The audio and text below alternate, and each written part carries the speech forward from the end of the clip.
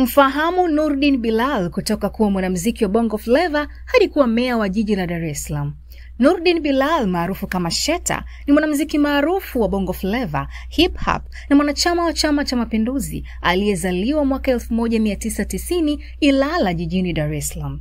Sheta alijipatia umaarufu mkubwa katika tasnia ya muziki nchini Tanzania tangu 2009 alipotoa nyimbo kadhaa zilizofanya vizuri kibiashara kama vile Namjua, Nimechokwa, aliyomshirikisha Bell9, Nidanganye na Kerewa, zote akiwa amemshirikisha Diamond Platnumz, Shikarobo akiwa amemshirikisha KC kutoka Nigeria.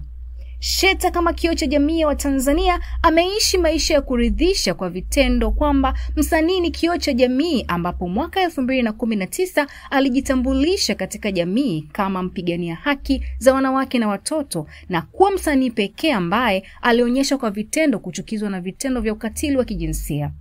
Nurdin maarufu kama Sheta katika kuhakikisha anatimiza dhamira yake njema ya kupinga ukatili wa kijinsia na kulinda haki za wanawake na watoto nchini Tanzania, mnamo tarehe 8 mwezi wa 3, 2019 katika siku ya wanawake duniani alianzisha taasisi isiyo ya kiserikali iliyotambulika kwa jina la Sawa Initiatives, akitumia sanaa na muziki kama njia ya kuelimisha umma. Kwa upande wa siasa, Nurdin Bilal maarufu kama Sheta ni kada wa Chama cha Mapinduzi CCM ambaye Juni 2025 aliomba ridhaa ya kuteuliwa na chama chake kugombea udiwani katika kata ya Mchikichini Ilala jijini Dar es Salaam. Mnamo Agosti 4, 2025 alishinda kwa kishindo katika mchakato wa kura za maoni ndani ya chama chake na kuteuliwa rasmi Agosti 14, 2025 na halmashauri kuu ya CCM mkoa wa Dar es Salaam kuwa mgombea udiwani kupitia tiketi ya Chama cha Mapinduzi CCM. Mnamo Oktoba 29, 2025, msimamizi wa uchaguzi kata ya Mchikichini alimtangaza ndugu Nurdin Bilal maarufu kama Sheta kuwa diwani mteule wa kata ya Mchikichini Ilala, Dar es Salaam. Maisha ya utumishi ya Mheshimiwa Nurdin kwa wananchi wa Dar es Salaam.